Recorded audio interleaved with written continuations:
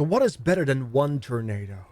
Two tornadoes. Welcome to the rule of the Bugnado 2.0. It's a little work in process that I'm currently working on the stream and such. It is indeed a Druid with the Swarm Blade form using tornadoes as well as this unique item, the rule of the Simoon.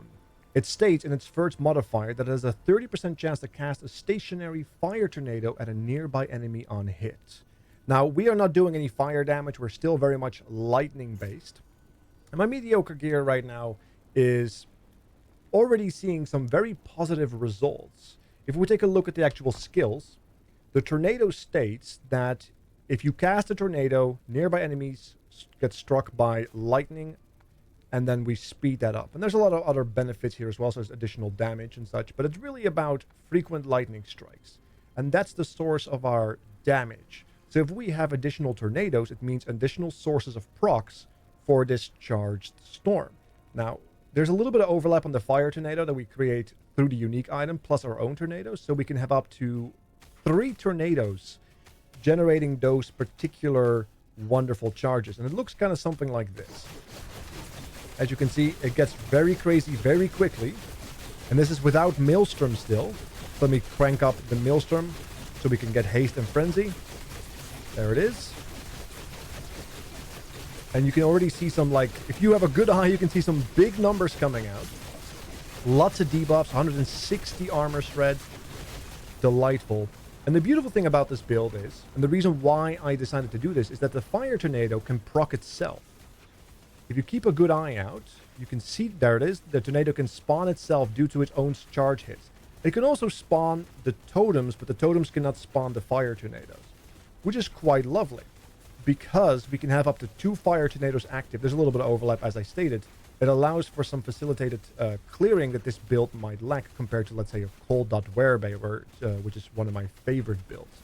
So allow me to show you a little bit of gameplay, and then we'll continue to come up with some ideas on how to improve this build, because I do have some secrets perhaps in mind, but who knows? Who knows? So here we have some starting gameplay. This is early days empowered monoliths. I think it's 120 or so, give or take. And it's doing pretty well at these empowered monoliths. As you can see, we generate the fire tornado, and then we just bug it off. No pun intended. Because the reason why I started this build is actually that this character started off as a werebear. A lightning swipe werebear, which one of the things that I ended up disliking about that build is that it had very limited clear. Unlike my cold dot werebear with the entangling roots covering almost, the entire screen. So I was looking for ways to kind of keep that same mentality of being attacking and doing some lightning damage in mind, but also being able to generate decent clear.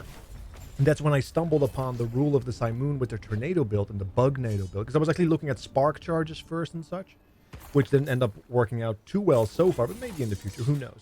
I'm still testing, I'm still building.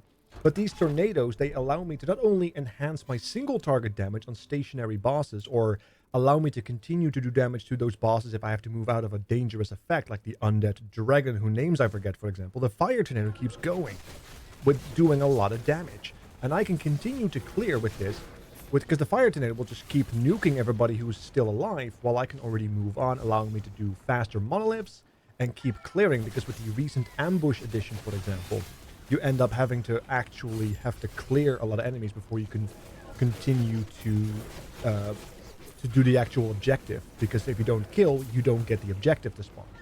And being able to clear fast also allows you to get the direction to the objective. Speaking of, here it is. So that's kind of what my idea is. I'm still looking to find out if I can go faster.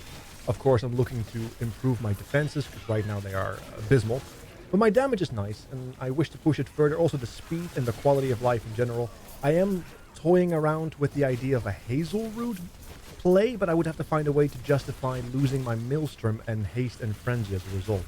But it could make me downright immortal with some AoE burst damage on top of that while being tankier.